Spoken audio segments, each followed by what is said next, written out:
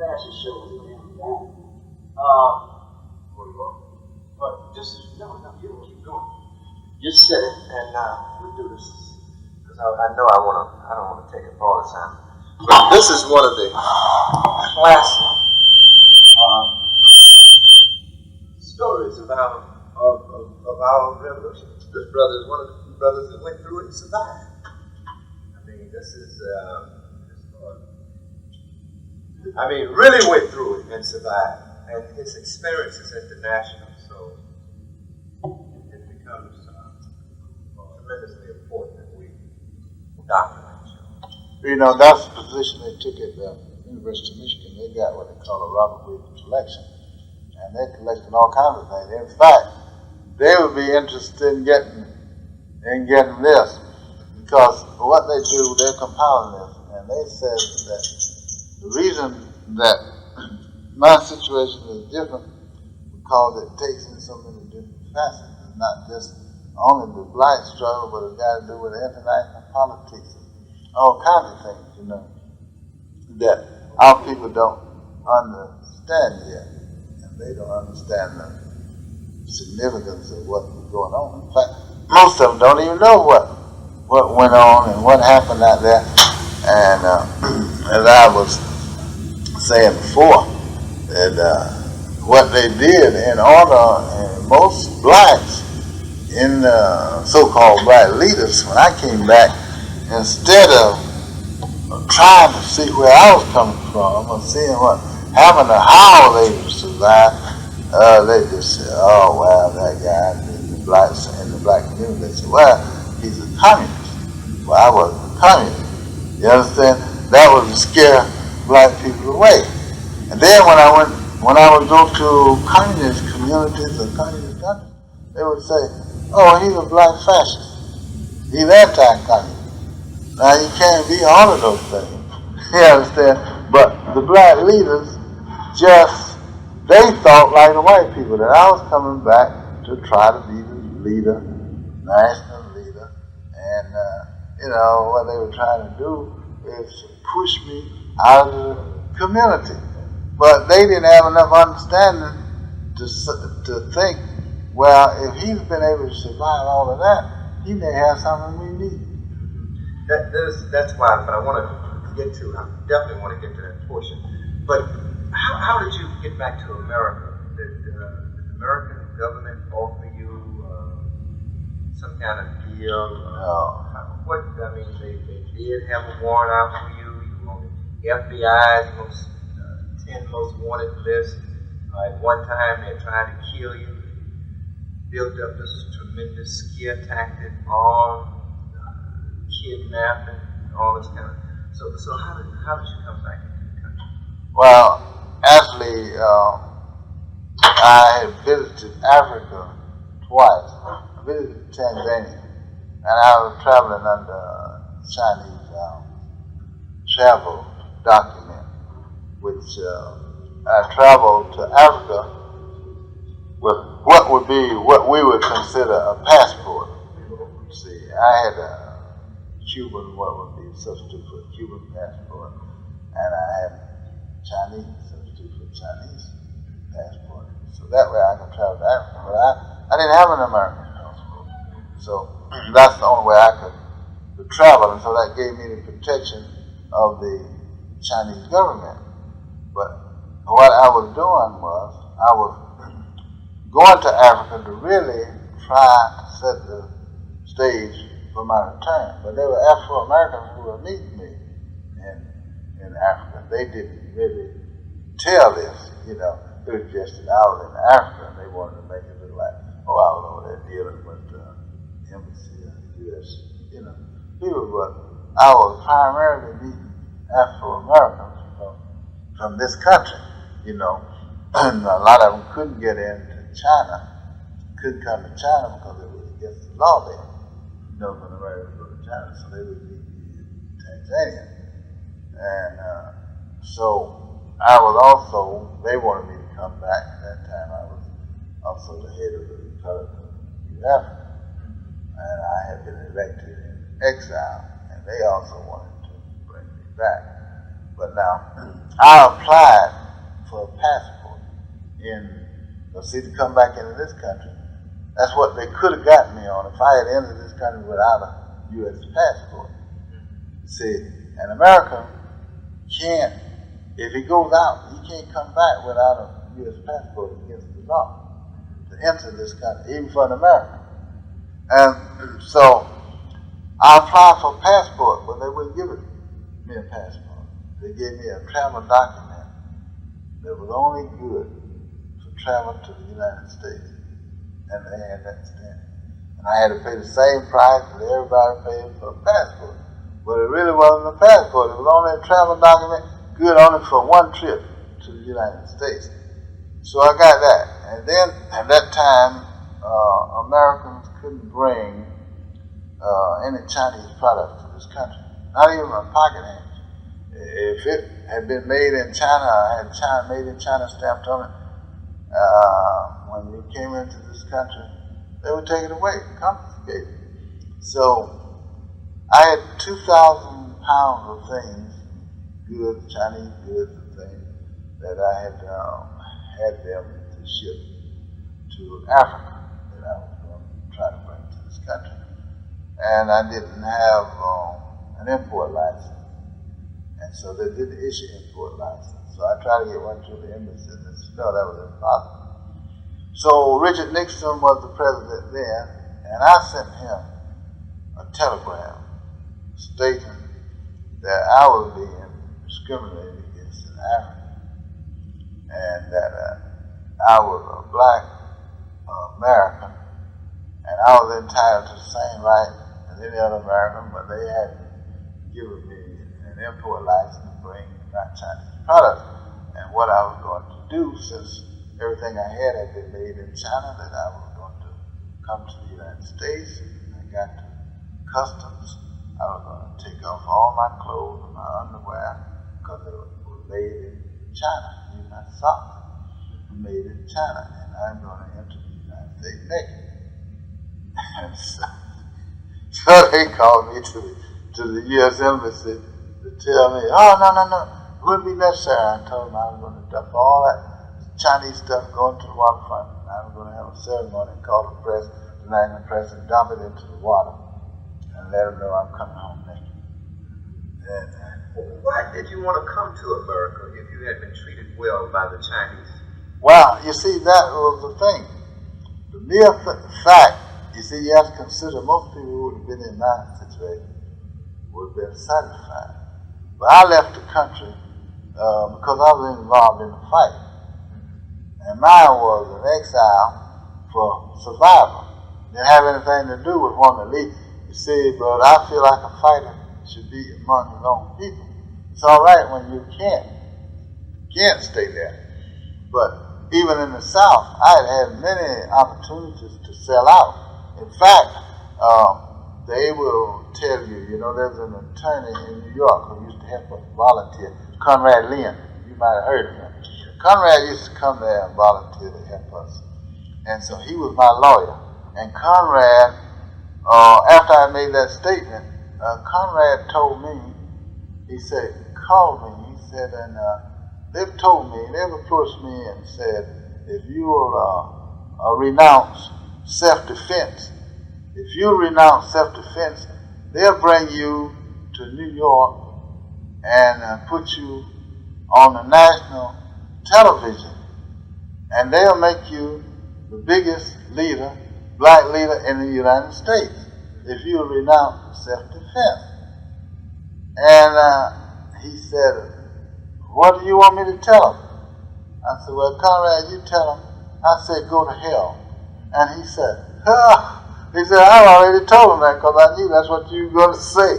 And so I had plenty of chances. In fact, before I had to leave North Carolina, when we first had a clash with the Klan, the governor's aide, the governor of the state of North Carolina, came to see me. They had our vice president who was a medical doctor, they had him in prison. We called it chain gang then, because they claimed he had performed a criminal abortion on a white woman. But the fact was that he was a Catholic, and he had refused to perform abortions for the county in the hospital because it was contrary to his religious belief. But they didn't have any evidence of anything. They just sent him to the chain gang and deprived him of his license. Now, they let him come home to see me. They gave him a leave to come home and talk to me. And he set up a meeting at his house for the governor to come and talk to me. So when I came in to see Governor Lee, he was sitting on the couch. So I had 2 pistols in a holster, in a belt, and I had a German Mauser, one of these semi-automatic German army rifles.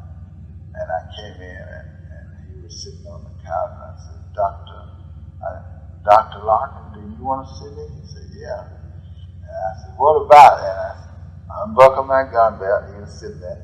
I put it down in front on the floor. And in front of us, I said, coffee table. I put the rifle down. I said, what do you want to talk to me about? He said, well, the governor sent me to talk to you. And the governor thinks that you deserve more than you got, and he wants to know what you want.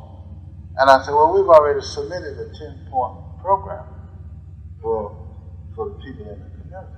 He said, no, he didn't mean that. He wants to know what you want. I said, well, you got the 10-point program. That's what I want. He said, no, you don't understand what he's talking about.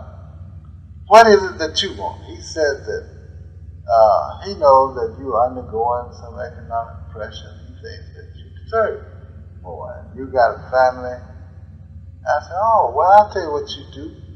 You tell the governor that I'm a very poor man. And anything he wants to give me, I'll appreciate it. In addition to these 10 points. Because the 10 points belong to the people. I only presented them for the people. But now anything he wants to give me, in addition to that, I'll be happy to receive it, and I'll send it for you. He said, you don't understand what he's talking about. He said, he's going to be very upset when I tell him. I said, well, you go back and tell him that he'll be very upset. And the next week I got a call from the governor's office, and the guy told me, this guy's on the telephone one of these. He said, nigga, you ain't dead yet? And I said, no, I'm not dead yet. I said, well, I want you to know, when I die, a lot of people are going to die with me. And he was so mad. He said, listen, I don't have to listen to that kind of talk. He slammed down. That was before I had to go, but I say that in order to say that I had plenty of chances to sell out or to be projected as one of the top leaders in this country, black leaders, if I had been willing to give up what I was doing. But the fact is, I believed in what I was doing, and I resented the fact, that's what most people don't understand, I resented the fact that racists, Klansmen, they could get together with racist policemen. They could use the law. Look, I was living in the same house I was born in. I was living in the same house I was born in. And I had to leave my home because of the fact that they didn't want me to push the Constitution of the United States. That's what I was pushing. All I was advocating was that the Constitution be enforced, and especially the 14th Amendment. Well, I resented the fact that they could drive me away from my homeland. Now, if I had gone out on my own, it wouldn't bother me about coming back. But you see, I suppose that's one of my shortcomings. I don't believe in giving up. So the idea is I look forward all the time to the day when I can come back and face them, and they can have to accept this as a victory. You understand? Now, consider this, that in the old days, they take a black man and just take him out behind the barn and kill him. Leave him hanging there sometimes with the buzzard to pick the flesh off his bone. And but in my case, I was able to go abroad, able to meet the top revolutionary people in the world at that time. And whole era. But I got a chance to know Fidel Castro personally, Che Guevara, Raul Castro, Zhou Enlai, Mao Zedong, Chu Da, Hulan was supposed to be one of the greatest revolutionary people in the world. I mean, as far as military strategy. General Bayo, I got a chance to know him personally, and he was from Spain. He was the teacher of the Cuban revolutionaries. And I got a chance to know Ho Chi Minh personally. And Ho Chi Minh, in fact, I was the one that brought the word out of Vietnam that Ho Chi Minh had been a follower of the Marcus Garvey movement. See? And also that Ho Chi Minh had lived in Harlem. That he had lived in Harlem for some years. And the way this came about, I asked him if when he was in the United States, first I wanted to know why his English was so flawless, because he could speak perfect English. And he said, well, I learned my English in the United States. And he said, I learned it in the United States. He said, in fact, I used to live in Harlem, in New York. And I said, yeah? I said, were you a communist then? He said, no, I wasn't a communist. He said, I was a follower of the Marcus Garvey movement. You're a kid. No, I'm not. He told me that. It wasn't something I read about him. I was the one that brought that first information out. And he's done extensive work on the black problem. If you could ever, by being in New York, if you could ever go to the Vietnamese delegation of the United Nations, tell them that the people there would like a copy of the selected works of Ho Chi Minh. And you'll find a whole sector devoted to lynchings in the United States. If you see the book, 100 Years of Lynching by Ginsburg, that Ho Chi Minh had recorded most of this back in the 20s and 30s when it happened. And it's in Vietnam. So he was closely identified with the black people. But the problem was, this country, the racists in this country, didn't mean for us to know this. You understand? And he had great sympathy for black people. He said he was a merchant seaman. He said, Williams, and everywhere I went in the world, the black man was always on the bottom. Everywhere, no matter where. He said even in Africa, the black man was on the bottom. And this bothered him. And he also made a statement that he said he was communist when he went to France. He said, you know, Williams, I was a founding member of the French Communist Party. He said, but when I told them that I wanted to come home and I wanted them to support my trip and to support me, he said, you know, they refused to support me. He said, they told me, said, look, the French workers will have to, and the European working class will have to have their revolution first. And when they have the revolution, they will free the colonies. And so the idea is the fight must go on in France. And when the French workers, when this becomes a socialist state, that then your people will be liberated by the socialist government in France. Now I'm talking about what Ho Chi Minh told me, and I'm talking about what I read. And he was telling me that for a reason. He said, well, Williams, in your struggle for your people, you can't depend on anybody but yourself. He said, now, some people will help you, but don't depend on them. He said, anything you can get in addition, you know, to what you can do for yourself is good. But you're that much ahead of the game. But don't you depend on it. Because he said, no matter what that political persuasion may be, he said, I know this from experience. And the problem was, and what he was really telling me was, that even those white Marxist-Leninists didn't think colored people should make a revolution before white people. And let the white people be the masters of the revolution, and then as a form of dole, they will give you your freedom. And that was the same argument I had in Cuba, you see, with the old communists. So that was a difference. But in being out, I have seen that. I got a chance to know also see a new. Even Trudeau, who was Prime Minister of Canada, I got a chance to meet him. I received a letter from him after I got back in the United States. And many of the leaders from Africa I got a chance to meet in exile. But I was in exile because at that time I didn't really have any place to go. And I was most happy for them to take me in. In fact, I told Fidel Castro that he said, well, you got a home. You'll always have a home in Cuba. And I told them, well, and they said the same thing in China. I said, yeah, but I just want to stay until I can go back home. And they said, well, they could appreciate that. And so that I never was really contented with being out because it wasn't my intention to go out. Now, if I had been traveling as a tourist, it'd been all right, but then I felt that a lot of things had been undone. And then I had learned a lot of things outside that I felt would have been valuable to black people at that time. So that was another reason why they spent so much effort, the CIA and the FBI, to keep me separated from the black community, because they knew that I had learned a lot of things abroad that would have been helpful at that time while they were still struggling. You see, so they don't mind it now because they don't struggle like that.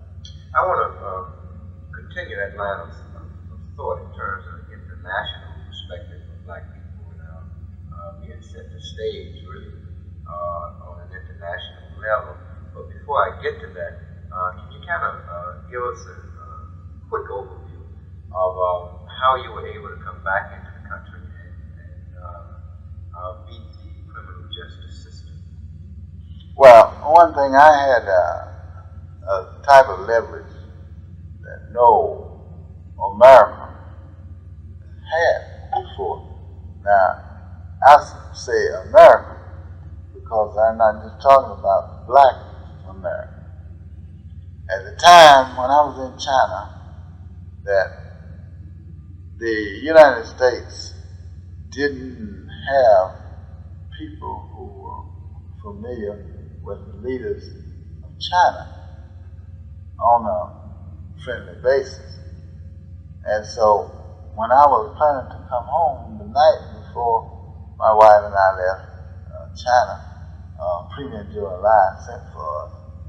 And he says, Williams, I understand you're going home. And I told him, yes, Premier Joe, I'm going back home now. He said, oh, they'll shoot you down at the airport, Williams. They'll kill you as soon as you step off the plane. And I said, no, Premier Joe, they won't kill you. Not now. He said, William, why have you got so much confidence in the U.S. government? I said, I don't have any confidence in the U.S. government. He said, well, why is it you don't believe they'll kill you? I said, well, Premier Joe, I'll be the only American coming from China who had contact with you, Chairman Mao, and the Chinese people, and who might understand things that they don't understand. And rather than kill me, they're going to want to question. I said, now they might kill me after, but they're not going to kill me as soon as I get there because they're going to have the information, you know. And he said, oh, you know, Williams, he said, I hadn't thought about that. He said, I really hadn't thought about it. He said, you know, you may be right. And if you want to go home, we'll assist you. And not only that, but when you get to your country, you can work for improved relations between our countries. That was the first indication that I had that they were willing to improve relations. Well, and then so they, you know, they helped me and all, and they gave me the passage and money that I would have when I got to this country. They gave me film from China that nobody's seen outside. A lot of that film you used to see on CBS before relations I had brought it out in China, and I had a white guy to sell it for me, a southern white guy, and WBTV in Charlotte, North Carolina. And I had him to do it because he was a southern white man, and I knew they would accept it from me. Most of all, they wouldn't pay me for it, you see. So I let him sell it. So he acted as an agent for me, but a lot of that film we used to see way back in the clips from China. There's film that I brought to this country, but given to me by Joe and Lai. And he had English dubbed in especially for me. See? And so they brought it to Tanzania while I was there in the country. And they brought it. He said, well, I'm going to have it dubbed in English, and it'll be there before you leave Tanzania. Now, as soon as I arrived in the United States, I got a letter from the State Department stating that they were interested in improving relations with China, and they would like to send a man to Detroit to spend the day with me, to talk to me, and maybe I could give them some indication of how the Chinese feel. And so, well, I felt that was a little strange too. But the man came. They came from the State Department and talked, asked me if I thought the Chinese were willing to improve relations. I said, well, strangely enough, Joe and Lai said that that's the field that I could work in, and that's what I could do. I said, but frankly, it was the first indication that I had, and I just told him, I don't know why they would be interested in that, or why they would even trust me. I said, well, that's what he told me. So then they invited me to the State Department, and I asked them, well, what were they going to do about me? And they said, oh, that's a state matter, there's nothing we can do. Because I was fighting extradition to North Carolina. They said, oh, nothing we can do about that, that's a state matter. But later, Joe and Lai, and when Kissinger went to Peking, and they had some Americans, they didn't talk about that much, but they had some Americans in prison over there. One had been a pilot who was shot down over China, a spy pilot. And Kissinger asked that they release the American prisoners because they were willing to improve relations. This would be good to help nominally. So Joe and Lai asked Kissinger, well, what are you going to do about Robert Williams? And Kissinger said, Robert Williams? Who is Robert Williams? I don't know Robert Williams. And so he was telling a lie because I got it in my freedom of information. They were discussing me all the way up to the White House. I got the documents to prove it. Plus, Pierre Salinger had written in his book, even when Kennedy was there, 1,000 Days in the White House, he had mentioned Monroe, North Carolina, the thing that bothered Kennedy. And he had even called my name in that. And also Malcolm X and the Muslims. And I knew he was, the man was telling a lie. But anyway, Joe and Lai, Premier Joe told him, he said, well, if you don't know him, suppose when you go back home, you become acquainted with him. Because we'd like for you to become acquainted with him, and we'd like to know what you're going to do for him. And then the Japanese drew the Chinese.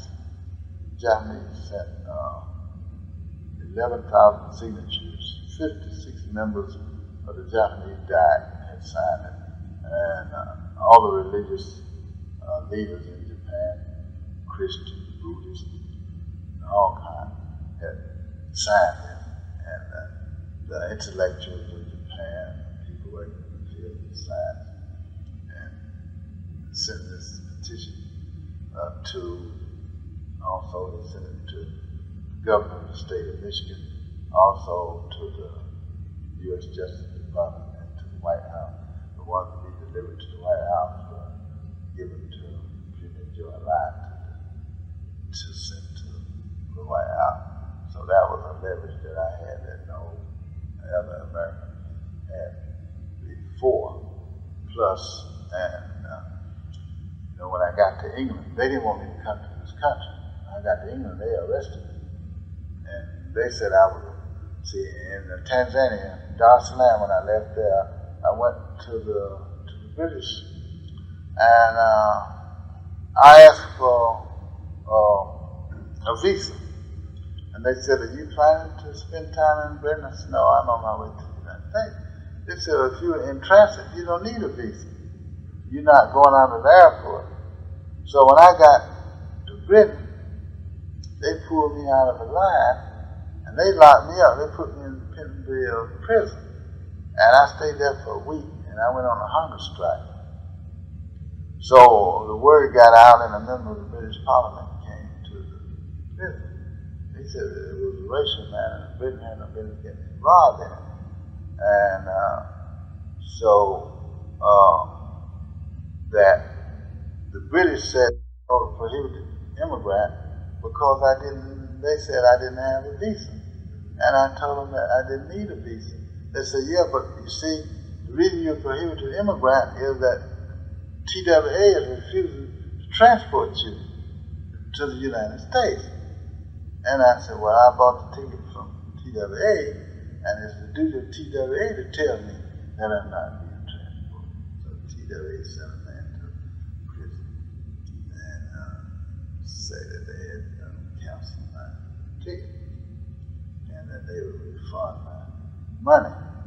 But when, left her, I told them, no, they couldn't refund my money.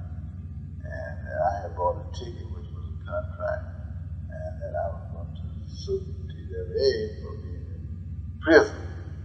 So the TWA man, I asked him, I said, well, you are obligated under law to tell me why I'm not eligible to fly on your plane. He said, well, because our company is afraid that you will hijack the plane and endanger passengers because you know him as an extremist. So I said, well, TWA got to be crazy. I said, where in the hell did TWA think I'd hijack a plane to? The hell, I already been able to hijack a go. I'm on my way home. I said, well, where am I going to hijack a plane to? But then I found out the FBI had put them up to that. And they said if I go back to Cairo, I said, look, I'm not from Cairo. I said, I'm on my way to the United States, my home. They said, well, if you go back to Cairo, everything will be all right. We won't bother you. I said, no, I'm going to the United States. But the mere fact, when I knew that they didn't want me in the United States, I knew I had them on the bear. You understand? Because if they really wanted me, and I had been on the 10 most wanted list, and they were claiming that, I was such a bad person, they would have been glad to grab me. But I found out that they wanted to keep me, portray me as a boogeyman, but they didn't want me home. And so I finally came on. But, I fought extradition from Michigan for 6 years. And finally I used the old Chinese tactic that I would have won my extradition fight. But what happened was, under Michigan law, it went to the state Supreme Court. And they got 7 justices on the Supreme Court. Now, the Chief Justice is supposed to break in and tie. And what happened, they voted a party line. The Republicans on the Supreme Court voted to send me back to North Carolina. 2 Democrats voted to give me asylum in Michigan. 1 independent voted to give me asylum in Michigan, which made a tie. Now, a tie in Michigan, if you got a tie, you lose. So it was the Chief Justice's place to break the tie. Now the Chief Justice was a liberal who would have come out for me. But he was under indictment for having taken the bribe. So he lost his vote. So it remained a tie, so that meant that I had lost. And so then the lawyer said, oh, well, we can go to federal court, we can fight 4 more years. And I said, no, I'm going back to North Carolina now. So I sent a telegram to the prosecutor that I understood that I was a wanted man in his jurisdiction, and that I was ready to accede to their demand. And when and where should I turn myself in? Next day I got a telephone call from the prosecutor. He said, oh, Robert, this is the prosecutor. And see, I knew it. Down in Union County. Yeah, I received your telegram. I just want to tell you, Robert, you don't have to be in any hurry. Anytime, anytime you want to come, you just suit yourself when it's convenient to you. And when it's convenient to you, it's all right. And I did it. I said, oh, guy, we got a problem, And so I went on down there. But in the meantime, we had black nationalists, and at least people who said they were black nationalists. And we had some black nationalist people, and they were running around telling people, said, Robert Williams sold out. Said that Robert Williams made a deal, Robert Williams made a deal. That's why he could come back here, because he sold out. That he had made a deal with the FBI, and that he made this deal with the FBI. If he hadn't made that deal, they would kill him. Said Robert Williams, that's how he could come back here. See, he come back, he back here, he not in jail, and they didn't have enough intelligence to know if you got foreign government standing behind you, and this government got something that over there that they want, that they'll pay a price for it. They didn't have that much. Instead of them coming to me and asking me, brother, how do you do this? Yes. You understand? No, they didn't want to know that. And the fact was that there was a lot of envy, and some of that envy came out of the FBI and the CIA. They had infiltrated the black organization. In order to neutralize me, they started to have the brothers pass in the room and say, oh, Robert Williams sold out. He made a deal. Oh, man, he was squealing on the movement and all kinds of stuff. And they didn't ask us not to know that I couldn't have lived in China, one of the tightest countries in the world, And I didn't leave like every Cleaver guys left. I left on a friendly basis. You understand? Well, the Chinese government paying my way to the United States. Then I went to the university. I was working at the University of Michigan, and in the Center for Chinese Studies. I had been there for 6 weeks on the campus. Not a single student had recognized me or had invited me to anything. And this was an all-white department. So I happened to pass one black student who was a nationalist, and he said, oh, Robert Williams, what are you doing here? I said, I've been here 6 weeks. I've got an office around the street. You've been here 6 weeks. And I said, yeah. So he said, man, we didn't know you were here. So later, that day, the same day, a delegation, a black student, came to my office, and they wanted an audience with me. I said, okay. They said, brother, we came here to put you wise to something. And I said, what is that, brother? I had him sitting down there also. We want you to know that this department you're in is supported by the U.S. government, which is the CIA. And I said, it is? And I said, yeah. And brother, they got you here to pick your brain. That's why they brought you here. So I looked at him and I said, look, you know what? I've been in Detroit unemployed for a year. And you people had all kinds of money to invite speakers. The only time I've ever been invited here was I was invited by white students in the Center for Chinese Studies. I said, but I was a freedom fighter. I was never invited here. And you know what? I said, well, I'm glad that I got something that somebody can use, because black folks didn't seem to be interested in using it. And they said, I said, now, what department are you people from? They said, we're from African Studies. I said, African Studies? I said, well, wouldn't that be the same university as this? Oh, yeah. I said, well, don't you know the same government that's supporting Chinese studies is also supporting African studies? I said, the whole thing belongs to the government. I said, the man is running the whole thing. Don't you know that? I said, black people supporting you in this university or the man? They hadn't even thought of that. And I said another thing, look. I said, you show to me, you demonstrate your conviction of black inferiority. Now, why would you come to me and say, brother, they got you here to pick your brain? So you know what you're saying to me? You're saying to me that the white man is so much more superior to me intellectually until he can pick my brain. It never occurred to you that I might be here to pick his brain. That didn't occur to you, did it? Because you didn't think a black person had the ability to pick a white man's brain. Oh man, they really had it then. I said, you know what I want you people to do?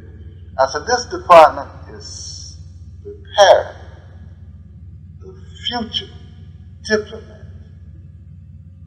And that's what it's all about. Instead of you knocking this department, what I want to see you do is some of you to come into this department so that you will also get this training to be diplomats and that you will be able to go abroad as diplomats.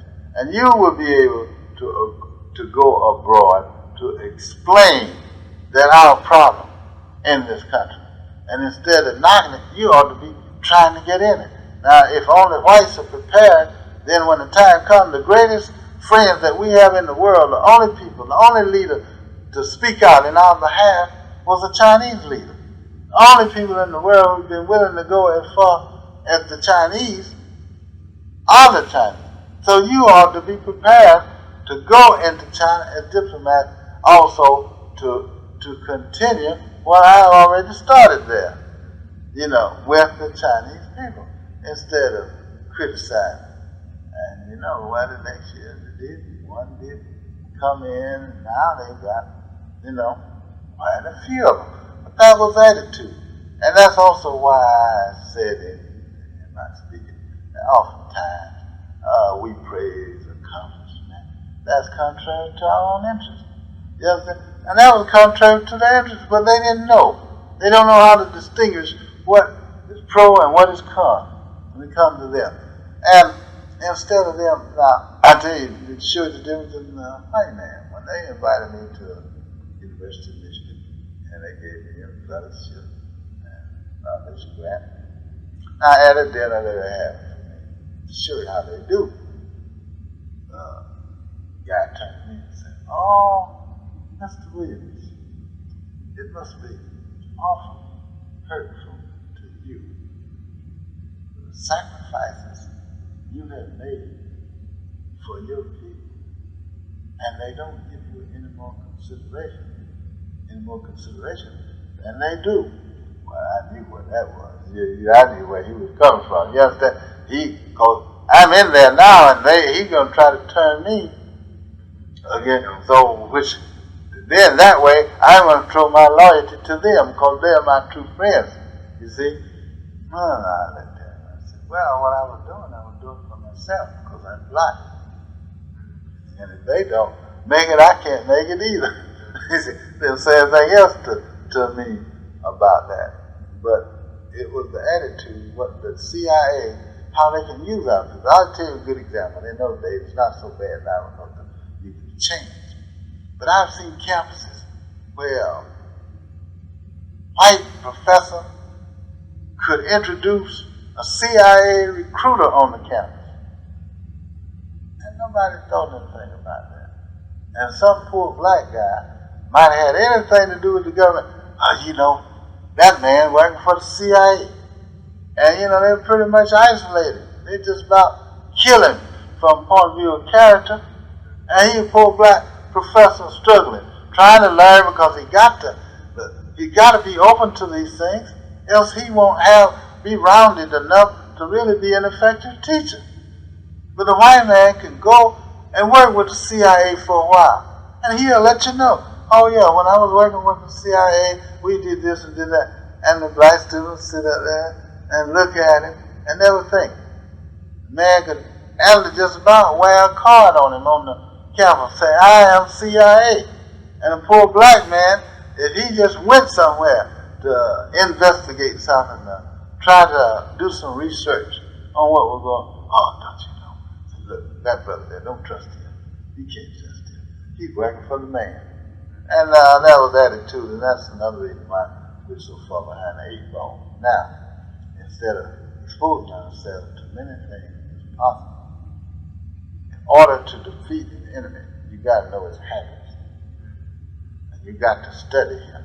See, we think we can do it from emotion. Just come in and get upset and start cursing and calling him all kind of names and mothers.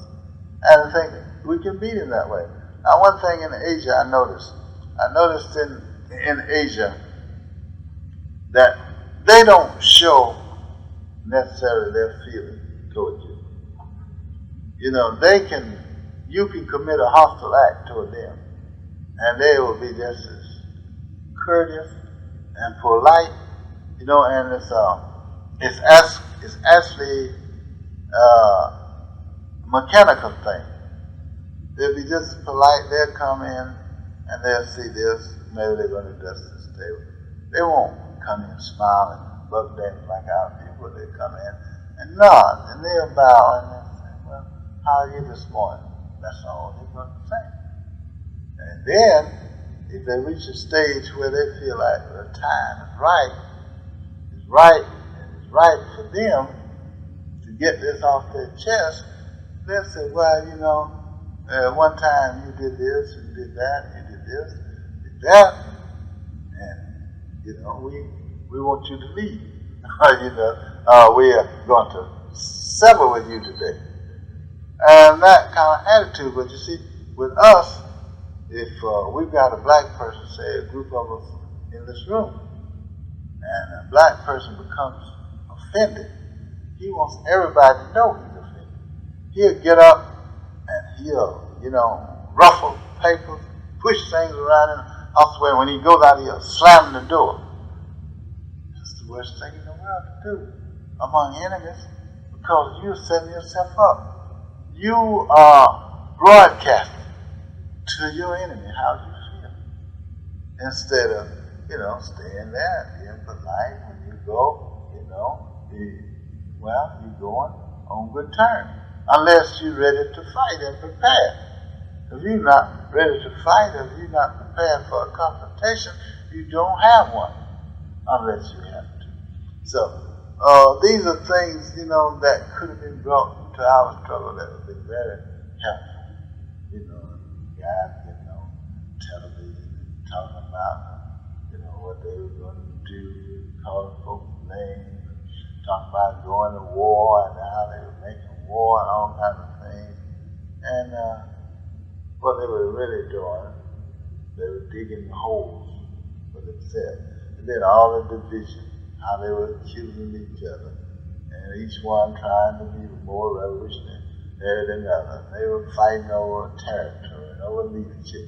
And you would have thought that they had already had a revolution and secured this country. And they had a power struggle going on. And that's what the establishment thought I was going to get involved in. And I was going to come home. And because I had been out there and I knew all the revolutionary leaders, that my ego was going to require me to fight for leadership and perhaps we kill each other down.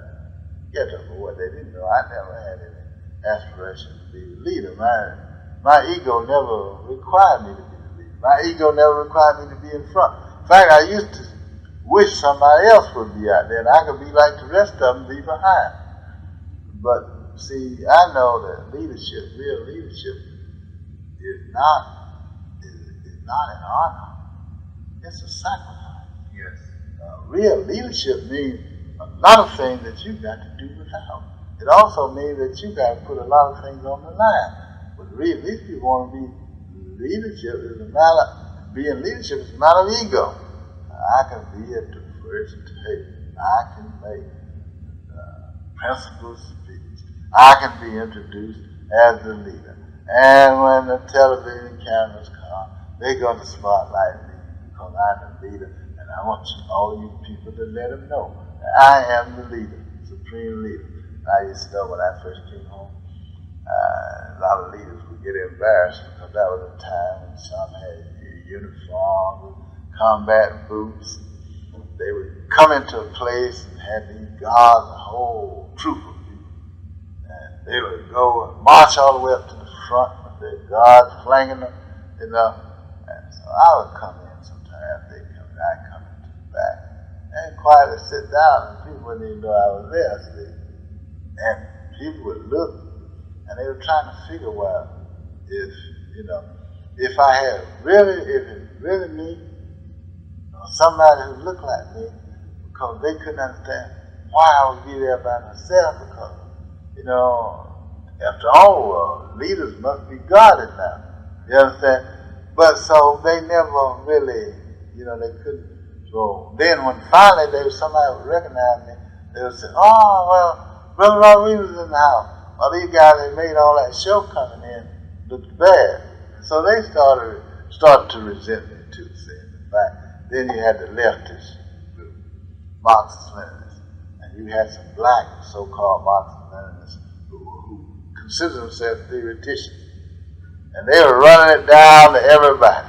Nobody understood Marx like them. And it was a matter of Marxism. It was a matter we don't understand Marx and the class structure and the class struggle. We are doomed. And we can't be a good nationalist unless we know Marx, black nationalists. And so the thing about it was when I came home, I didn't mention Marx unless I was asked a question.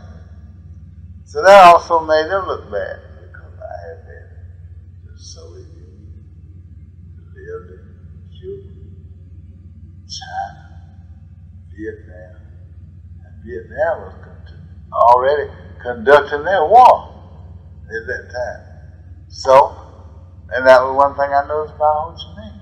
He never mentioned Marxism. So I asked him if he had been a communist when he lived in Harlem. And he said no, but he would talk to, you know, about all kinds of things. But he wouldn't talk about Marxist theory and what Marx said, what we got to do. He didn't even talk about the war that was going on there, unless it was brought up. But he did have a little child that he introduced that his face had been made from a school. And he just introduced the boy because he had adopted him and had him staying with him in the palace. But other than that, they didn't talk about these things. They didn't rant and rave with people. When I came home, I saw all the brothers let me run Marx down. And let me run Marx down to you. And you got to do this. And then pretty soon they started saying, well, I was anti-communist. See, and they could very well use this because on the ground that I didn't mention Marxism. And I was always mentioning the black struggle. And I was telling what was happening over there, but not in return. They wanted me to come back and talk about how great Marxism is and how we all ought to be Marxists. And so to them, that hurt them because I was the one person who had been living under Marxism and that I had seen it in operation in the major Marxist countries of the world. And I hadn't come home to sell Marxism. So that hurt. And that, as a result of that, they started pushing too. But they all have made a mistake. What they made the mistake they made was, I didn't want to be the leader. I wanted to participate in the struggle to be a part of it, but it wasn't necessary for me to be the leader. They don't understand that. And we've got to learn that. That if all of us are going to fight, be in front, or be on the roster, or be in front of the camera, then the whole shebang going down the drain.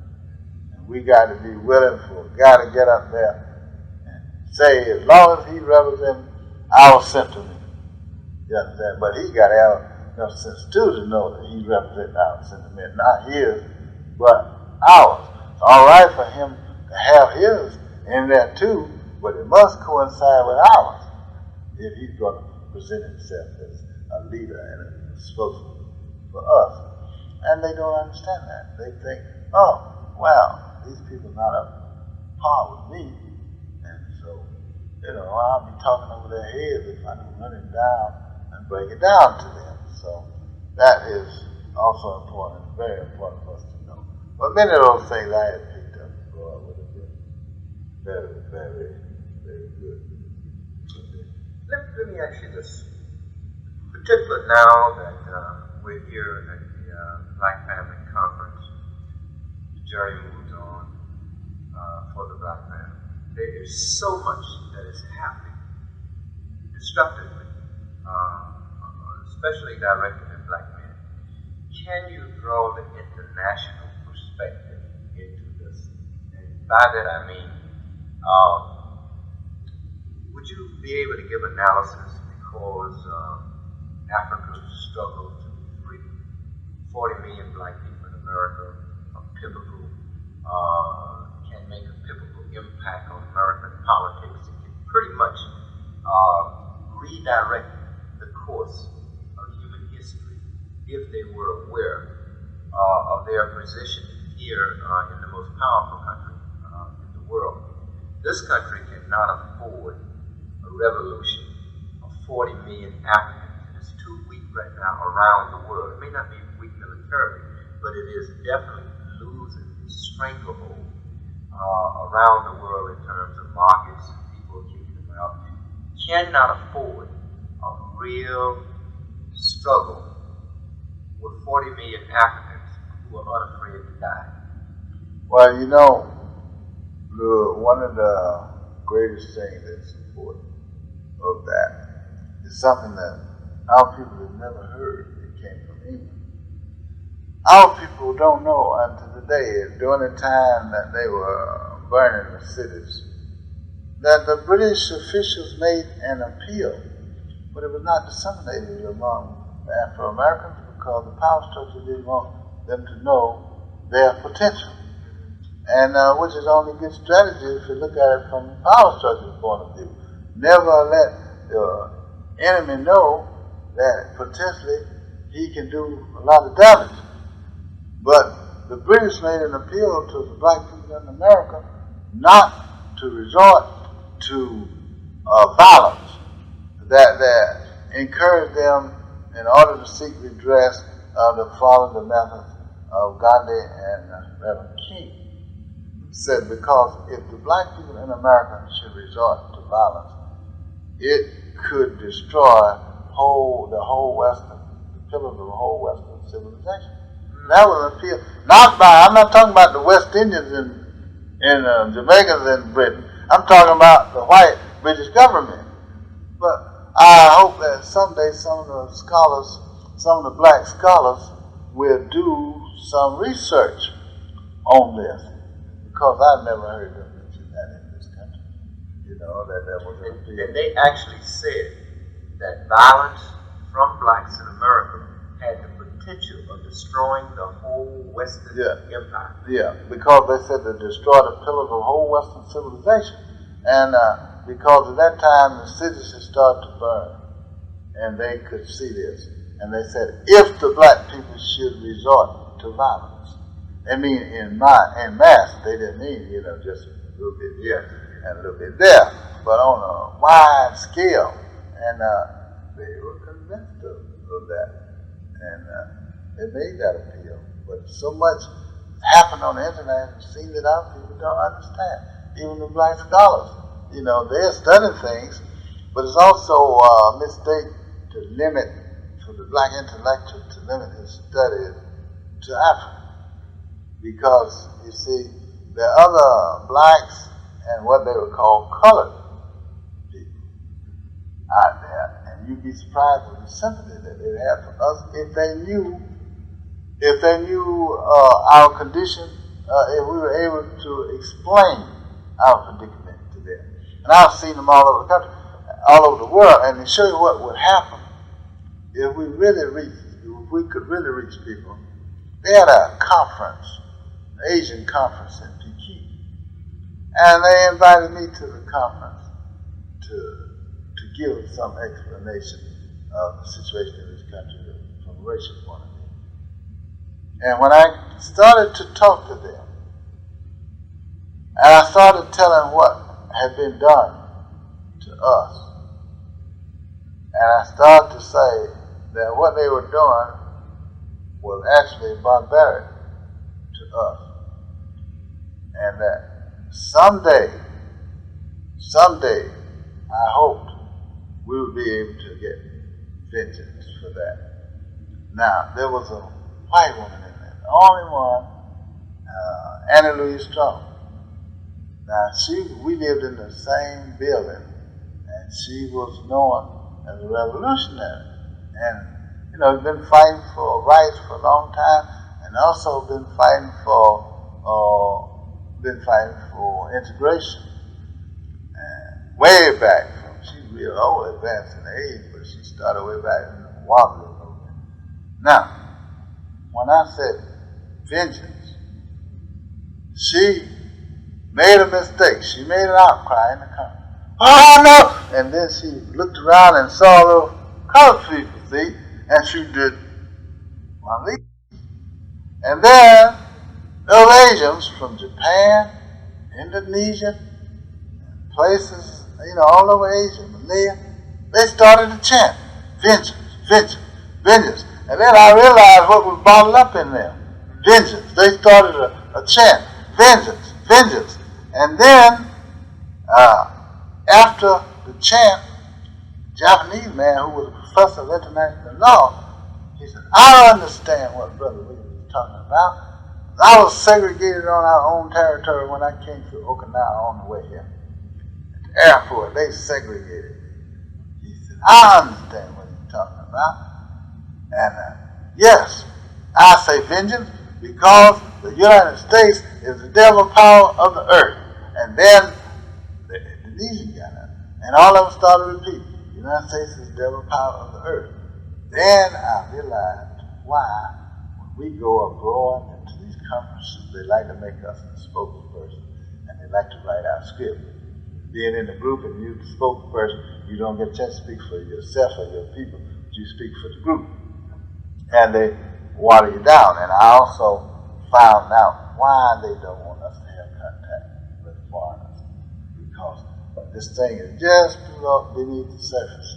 And when you start to really tell what kind of person this man is, this man in this country, and what he's done to us, what he's done to the Indian, what he's done to the Chinese, when he used to call the Chinese coolish, what he's done, how he treated them, his attitude, and all. And so they really get worked up. So as a result, they have to drive away. So what they do, they try to tell the Afro-American that, these people God don't care for you. And they tell them, blacks don't. No, blacks are American. And they don't want to be involved with foreigners. They look down on foreigners because they feel superior. Some blacks are arrogant and they're dangerous and they're addicts. All kinds of things they tell, malicious lies. And so as a result, they don't approach you. Sometimes foreigners might be sympathetic, but they don't feel comfortable in approaching us because they don't think we are friendly. And this is the attitude that's been given by white Americans who travel abroad. Just like they used to spread the word abroad that I was anti-white, didn't like white people, raise hatred. You see, they do that to try to create a division, and we have fallen for that because we get down in the ghetto and we think, we just the only people in the world. We don't believe in cooperating with ourselves. So how are we going to cooperate with somebody overseas? So that's a problem, and I think it's got to be changed because that's a leverage out there. So suppose when I was in North Carolina, I had made friends with people abroad. I wouldn't have had any place to go. And I would have been another example, another statistic to help intimidate blacks to show, you see what happened when you do this? And but I had created some foreign friends. You see, way back in North Carolina, I had a publication, a newsletter called The Crusade. I started knocking around. And they were one of the first publications over here to tie the civil rights movement in with the international struggle.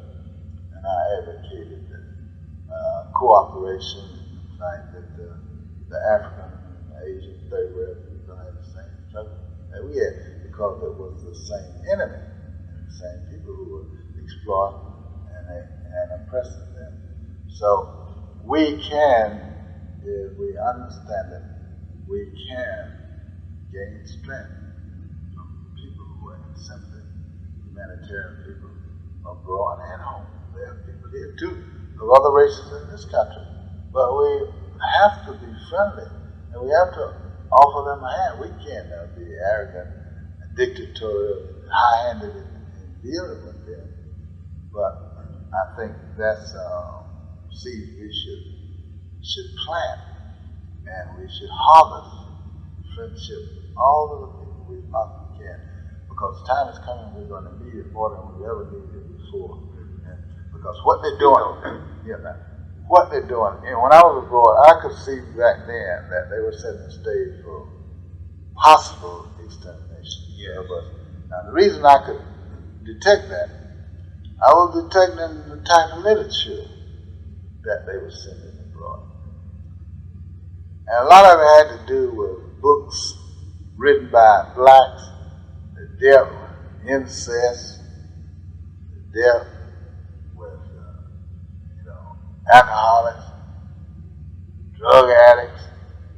Some of the publications they sent abroad would have long lines at methadone houses where they were giving them methadone.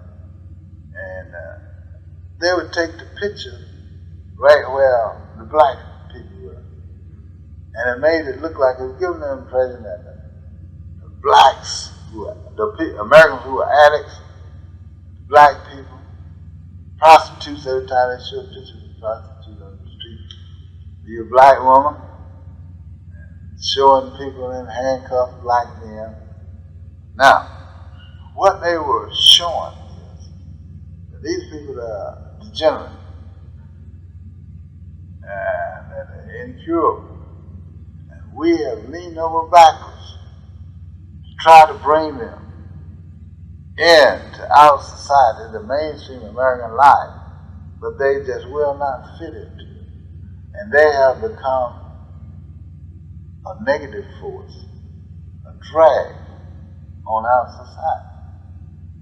And so, you know what that leads to. And the idea is so that later they really start a campaign of exterminating us. The world will look on and say, well, that's too bad that they couldn't involve these people into their way of life. But we can understand that they must survive, and they're doing this for their own survival, because these people are all bad. See, you must remember that some places in the world, and they've never seen a black person. You know, some places in China, I was the first black person that some people had ever seen. And I'll tell you another feeling that they had. I've been to schools where they had Chinese little girls, 9, 10-year-old, 11-year-old range. And right after the situation in Birmingham, when they grew up those little girls in Sunday school. And I would explain that and tell the little Chinese girls about how they had grown up with little black girls in Sunday school when they were praying. And, how they had done this and how the Klan people did this. And those little girls, sometimes they would tears just start stream down their faces. And when I would get up and go, they would all get up and they would give me a salute and they said, Uncle, when you go home, you tell our little black sisters that someday we're going to liberate them. So the man didn't want to hear that. But they were growing into that. And that's another reason why officially this government felt that they better hurry to get into China. You see, because the black people were really making the inroad. And the idea was to push them out. I remember that correspondent, German correspondent, asked the premier joke one time. China's announced support for Afro-American. How far is China willing to go in this? Well, China's willing to go just as far as Afro-American is willing to go. Do you find that that type of international assistance, especially from countries like China and our African brothers and sisters, Vietnam, say Iran, and other places, has shown signs of being willing to work with the African people, whether in America and Africa? Is that something that we can cash in on, cooperate with, and further our own efforts? Yeah, if we can cultivate it, but now consider this. We want to cooperate with them on our terms. Now, among the whites who are making inroads, including the U.S. government, they got centers all over the country to study the habits, customs, traditions, history of the people they are planning to make friendship and establish relations with. Well, our people take the position, well, look, man, you know, they are bent for me or else. I'll give you some example too that we have to watch, because our culture is different. We have to understand. They may not always understand us. I was broadcasting from Cuba. I had a program, Radio Free Dixie, and I played jazz and commentary.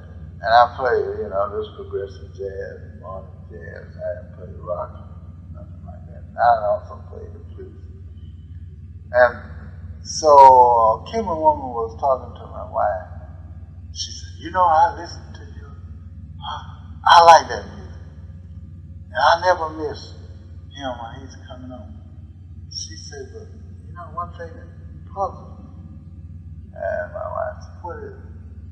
She said, why is he obsessed with cats? I said, that's the only thing that puzzles me about him. That he seems obsessed with cats. And my wife said, he's not obsessed with cats. We don't even own a cat. She said, well, he's always talking about cats. I said, I heard him last night. He was talking about white cats and black cats. And she said, oh, he was talking about people. And see, literally, they really thought I was talking about cats. Now, and this is why I stopped using slang, and sometimes I go back to it. But that's why the man, some people have been willing for us to teach our kids black English. Because most of the people who are learning English are learning the British version. Now, we won't be able to communicate with them if we're speaking black English. If we speak black English, they won't understand the word we're saying. You understand? And that way we can't communicate with them, and we can't inform them as to what is happening to us. And we can't become close friends. There's nothing like being a close friend. That's just like if an international leader knows you personally. He really gets upset because he said, oh, I know those folks are telling a lie about him because he's not that kind. And that's what Mao and Joe Elias is saying. Well, they say, you're a kidnapper, some kind of criminal. And I said, why do they say that? And I explained it to them because they can't see it in me. But if I could never get to them, then they would have never had the impression of me that they got. And so that's why we have to be prepared to communicate with people, and we have to also study something about their background. People we feel that we need to be allies. Try to learn something about them, because you can make all kinds of mistakes. That was another reason they wanted me at the University of Michigan, because at that time I was one of the leading centers of Chinese studies in this country. And they were prepared after I had come back for normalization of relations. And they were prepared for a trip of Richard Nixon. Now, when even the head of state is going to another country, he tries to understand the protocol of that country so he won't make embarrassing blunders. So that means that you should know something about their traits, what not to do that, that they would do. Now, and so you have to study that. A lot of people just think they can just go there and, oh, hell, I'm from the United States. They'll do, they got to bend down to my will. And that's the same attitude the whites used to have, but they're learning better than that now. They're learning that that won't work. And you just create enemies. And you just make a difficult situation. But you need to be able to communicate, and you need to be able to talk to people, and to really show some interest in them and their country and their lives. But rather than just feel like, well, they got to meet me more than halfway. They got to meet me 90% of the way. And that's not really a good attitude. And somehow people got the ugly black American now. They got some trying to State Department. They send them out. They're more American than white people, Oh, he's the real diplomat. You see him abroad, sure enough better look out for him.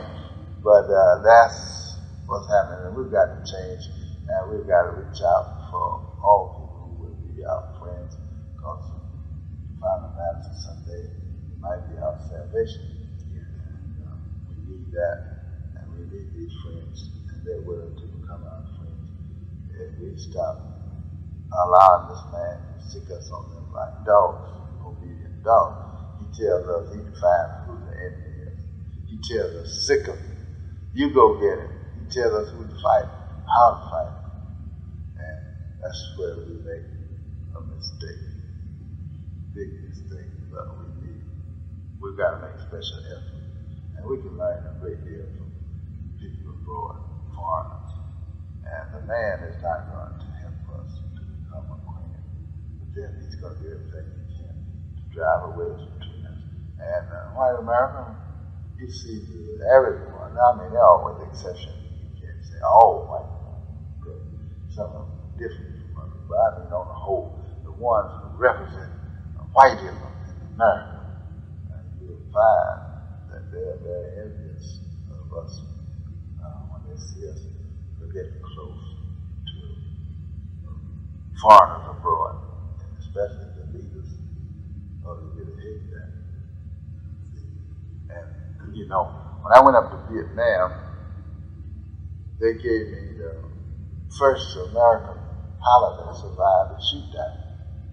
They only had one pilot, and the rest of them getting killed, when they fired on him.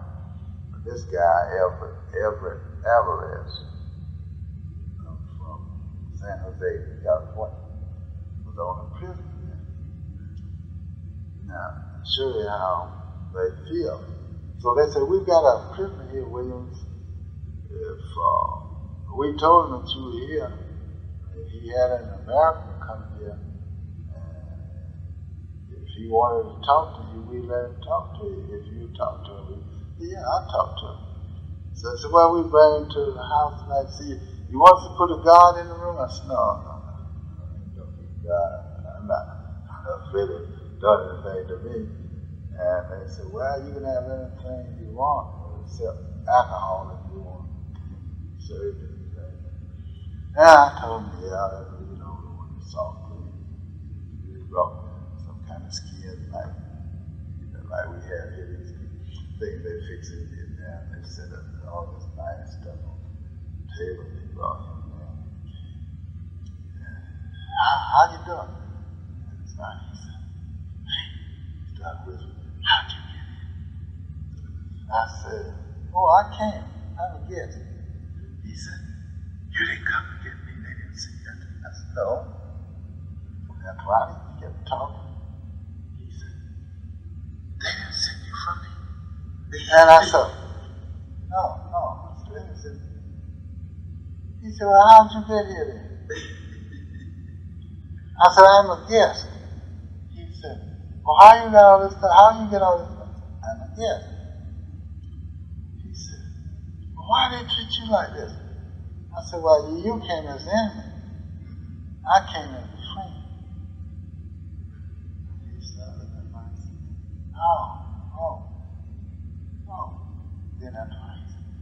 sure he didn't come? I said, look, if you wait for those folks to get to you, you'll be here till you drop. I said, well, dear, what did you think? I came from the government, U.S. government? He said, yeah. I thought you were from the CIS. No, I said, I'm a black man. He said, and then I told him, I said, I might can do something for you. So he said, well, I hope you can. Well, he told me how he got shot down, how they saved him. He thought they were going to kill him, and they took him.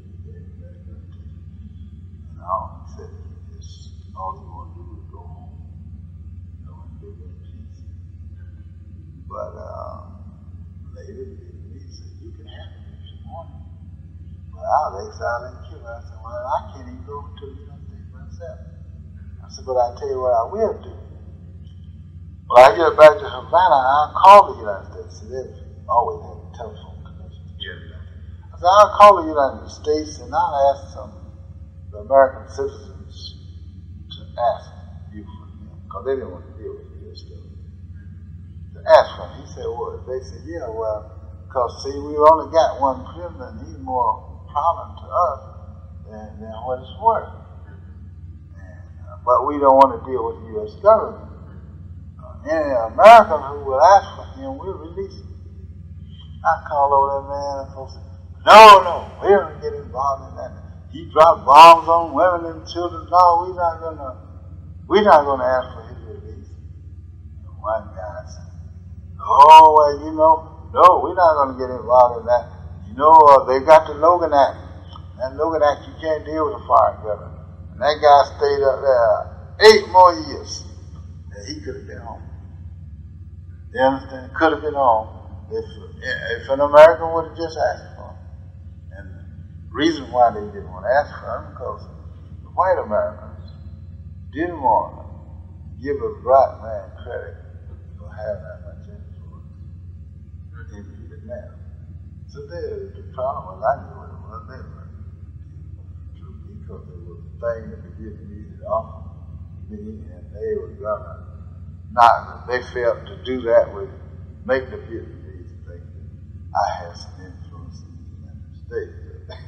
But they wouldn't do that, so they didn't care about her. They didn't make it to be sacrificed. Dr. Wade. Yeah. Okay. We're gonna cut because Dr. Wilson is gonna be on. I know you want to be there. I want to thank you so very much for this interview. And as we talk, the one thing that I would really love to do is to do a movie, a biography of your story. See, well, I'm working on my autobiography now. This is the type of movies that black people need. Not the color purple, not the vanishing black man, but they need heroes, live heroes like yourself, with the type of information that can help us build, structure the new black man that has charted a way that can, whose experience in foreign lands with foreign governments and those contacts can still be opened up and utilized as resources for our people in this time. And I think once black people see, because your life story has all of the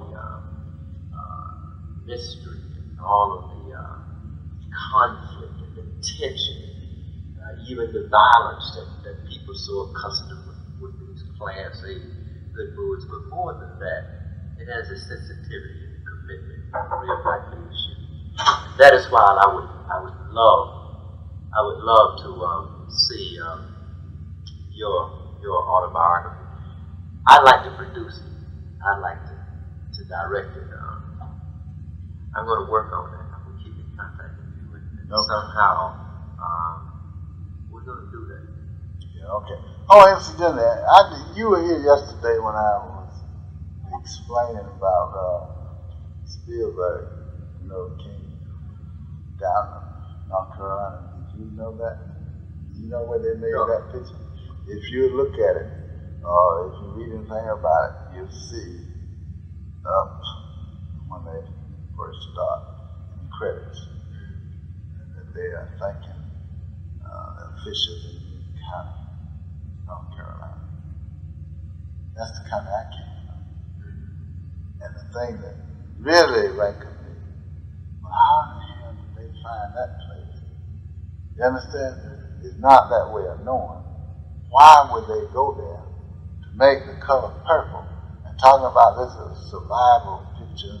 It shows how these weak people, weak women could survive. And they went there and made a picture in the place where the greatest survivors in this country live.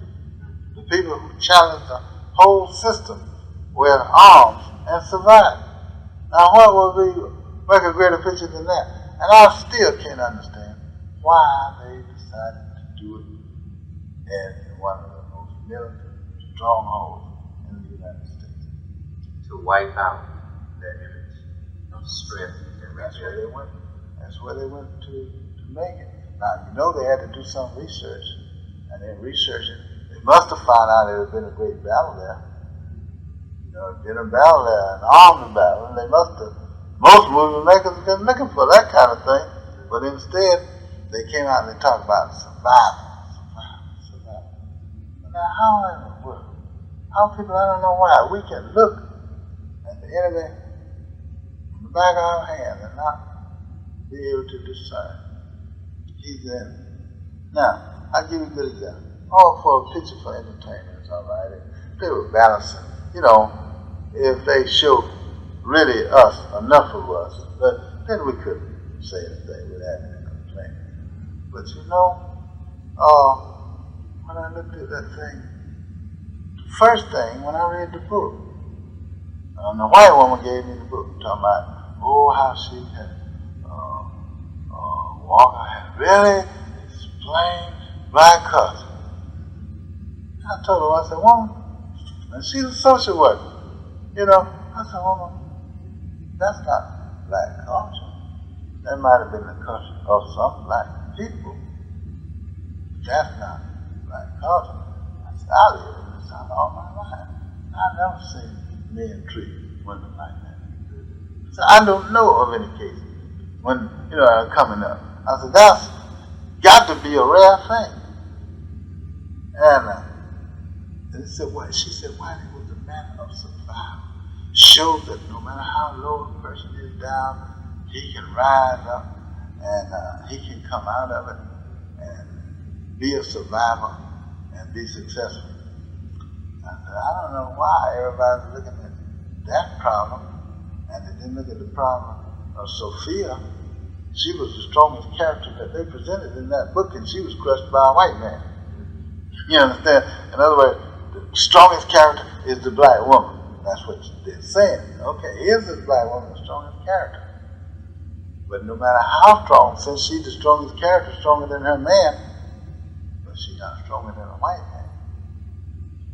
Because that was really a sad thing, that how they put her in prison away from her children, and how they really beat her so until they just made her brain numb. Now, how do you call that survival? How do you call that showing where you can rise? Okay, it shows that if you be a good nigga, if your husband is beating your tail, well, you can leave him and rise in society, but don't you challenge that white man. Woman, bitch, when you leave your husband who's been abusing you, a black man, don't you challenge that white man or his women. If you do, you'll take a good beat from him, one that'll paralyze you for life. And I don't see how they missed this part, because it was a linear thing. The fact is, and which, I don't have anything against Alice Walker, nothing personal. And I went to see the film. I'll probably see it again, because I noticed they were trying to see something you didn't see before. And so I'll go see it, and for that music, jazz, I really like that. I enjoyed some parts of the film. I don't know why I saw something that other people didn't see. And they keep saying the ones who say it's a positive thing that shows the survival of the black woman, that how tenacious the black woman is. She tough. She can come back. What are you talking about? They ain't one black woman. They had examples of two kinds of black women. They had examples of a black woman who wouldn't bow down to nobody, black or white. So they let the one who had been beaten by the black, they let her survive because she never challenged white society. But one woman, Sophia, the big strong woman, the strongest one in there, all the way up through, she would fight. But that white man broke her spirit. I don't know why they can't see that. I don't know what's wrong with them. That they can't see what it's saying. Look, okay, be like her. You can rise and you can make it within your community if you're good daughter. But don't try to rebel. And that's what Sophia did. Man, and that was pitiful. She came home years later. Children had grown up. And she was just sitting there in her daze, They didn't know her and she didn't know them. And from then on, she had been a lively woman. With fire from then on.